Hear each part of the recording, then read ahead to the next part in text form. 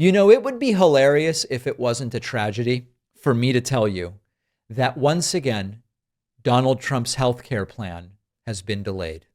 We were told we are finally going to get that health care plan. It is coming. We've almost got it. And once again, it's just going to take a little bit, just a little bit longer.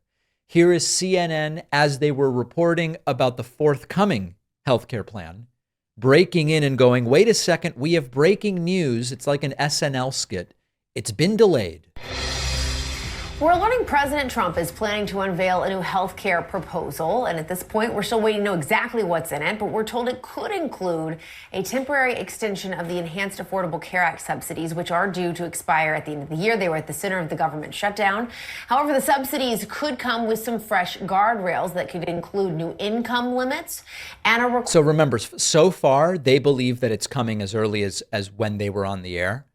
And then they're going to break in and go, it's been delayed. Requirement that everyone pay some form of a premium.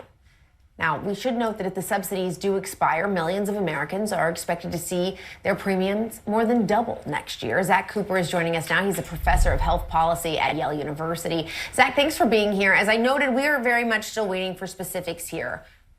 I'm sorry, this has actually been, sorry, Zach, we're getting breaking news while I'm talking to you. I have learned that the White House has postponed its expected unveiling of this new health care proposal.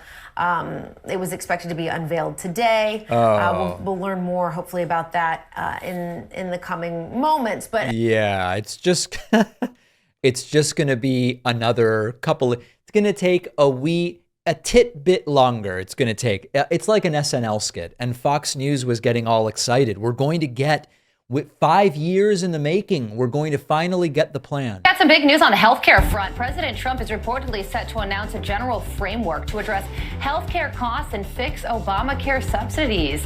The president is calling on Congress to send him a bill that would stabilize the expected spikes in Affordable Care Act premiums. Now, according to these reports, the announcement could come as soon as today from the White House, with remarks from the president and CMS Administrator Dr. Mehmet Oz. Unfortunately, there will be no remarks from Trump. There will be no remarks from Dr. Oz. Now, we already covered on the bonus show yesterday that it's all complete and total nonsense. There are essentially two options. Number one, you just put the subsidies back in place. And the reporting is Trump's thinking of putting the subsidies back in place for 2 years. What choice does he have? On the other hand, the possibility is you've got to really restructure this entire thing in a way that fixes the systemic problems. The problem with that, as I've talked about before, is that Republicans don't believe in any of those structural fixes. And so it's sort of putting them between a rock and a hard place. And as a reminder, this was Trump's promise in July, not of 2025, but of 2020. Remember this infamous day? In history.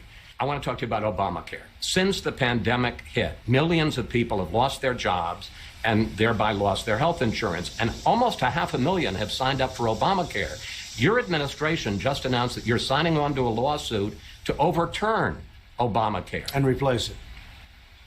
Why does it make sense to overturn Obamacare, with which people now are relying on? Democrats are going to say the man who's wanted to kill Obamacare is going to take away the protection for pre-existing conditions. First of all, we got rid of the individual mandate. Pre-existing conditions will always be taken care of by me. By the way, notice how much more articulate Trump was, even in 2020. And Republicans, 100%. But you've been in office 3.5 years. You don't have a plan. Well, we haven't had... excuse me, you heard me yesterday. We're signing a health care plan within 2 weeks. A full and complete health care plan. Yeah. Anyway, that promise did not ultimately come true, as many of you know, and it never made any sense even from the get-go. Now, realistically, it just seems that what they're really going to do at the end of the day is realize we can't actually do anything in the 35 days left in the year other than some version of extending the Affordable Care Act tax credits.